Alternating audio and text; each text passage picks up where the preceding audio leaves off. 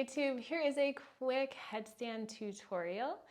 This is everything that you need to practice headstand at home. If you find this video helpful, it really helps me out if you subscribe to my YouTube channel. If you have any questions about anything that I demonstrate in here, please feel free to comment on this video. I monitor the comments at least once a week and will get back to you with a response. Let's get into it. So a big part of a safe headstand is shoulder protraction. So we're gonna start by practicing that. Step 1, tabletop position, knees under hips, shoulders under wrists. We retract the shoulders, protract the shoulders. Retract, protract, retract, protract. Step 2, I take my elbows right underneath my shoulders. I interlace my fingers together. I retract the shoulders, protract, retract, protract, retract, protract. Step 3, I take my head to the floor, it's very, very top of the head, and I press the back of my head into my thumbs.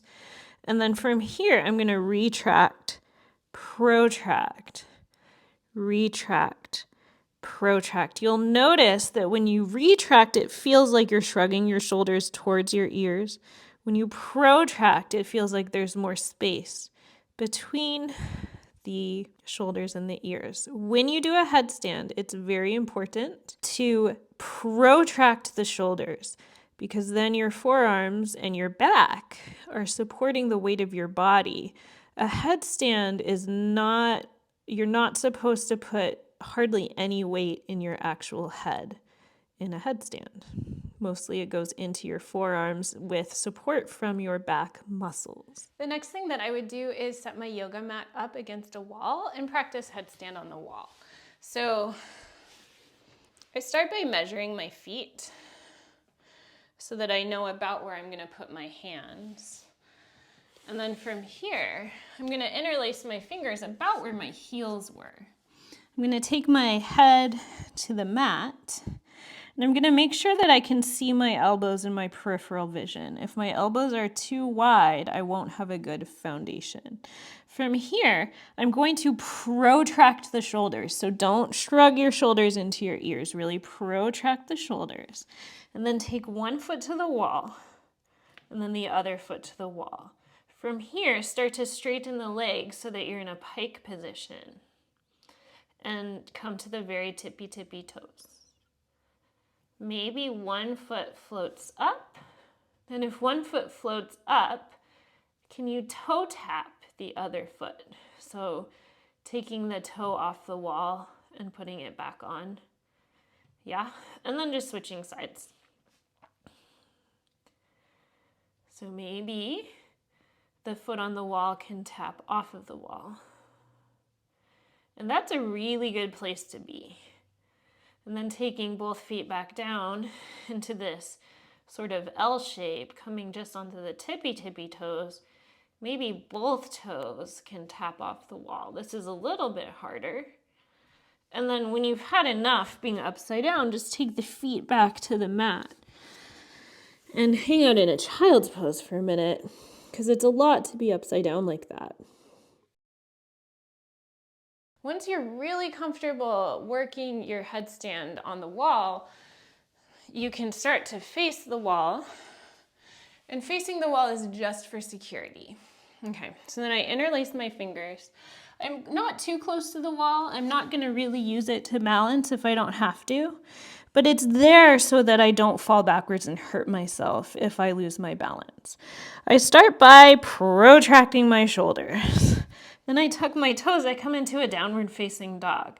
Just holding this position can be a lot, and this is fine. You can stay right here for quite some time. You keep practicing protracting the shoulders here, really pressing the forearms into the mat, making sure that you can see your elbows and your peripheral vision. Maybe you pull one heel in towards the glutes. Come onto the very tippy toe of the other foot. Can it float? It floats if your hips are over your shoulders enough. And then bringing that leg all the way up and then one leg meets the other. And then to come down, bringing the feet in, knees come into the chest, and lightly stepping down is the eventual goal. Hanging out once again in child's pose. You could also come into your downward facing dog and take one heel into the glute and then the other heel into the glute. Squeeze the knees together and start stacking the hips over the shoulders. And then slowly take both feet up, protracting the shoulders the whole time until both legs are extended. From here, it would be a great idea to see if you can find that L shape, that pike, by taking the feet down so that the legs are parallel to the floor. Notice my hips come back over my shoulders. And when you've had enough, you rest. If you practice headstand a lot and you feel discomfort in your neck afterwards, it's possible that you're not protracting the shoulders enough and that you're not supporting your body weight with your back muscles and your arms, and that you're in fact sort of dumping into the head and neck. My solution for that is to practice a sort of forearm stand, but in a headstand position. So I'm going to interlace my fingers. And I'm going to come up to the wall. I'm going to imagine that I'm doing a headstand, except that I'm going to keep my head off of the mat. So I'm going to come into my downward facing dog, and I'm going to just float up here and then really work on protracting the shoulders and feel how much work that is to hold.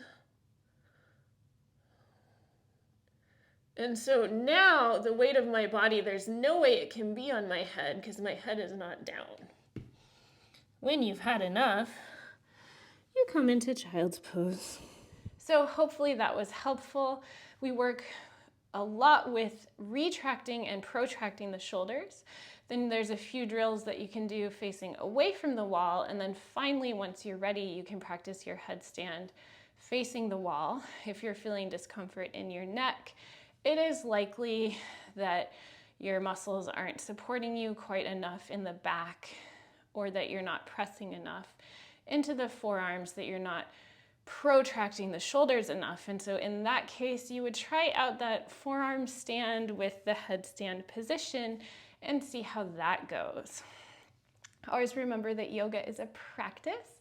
We practice yoga, and you are in exactly the right place where you are now. We all do a little bit, and over time, we grow and change at our own pace. If you found this video helpful, please consider subscribing to my YouTube channel. That really helps me out. If you have any questions or comments or observations, please let me know in the comment section here. I check that at least once a week, and I'm always sure to respond. Thank you so much for being here, and I can't wait to see you next time.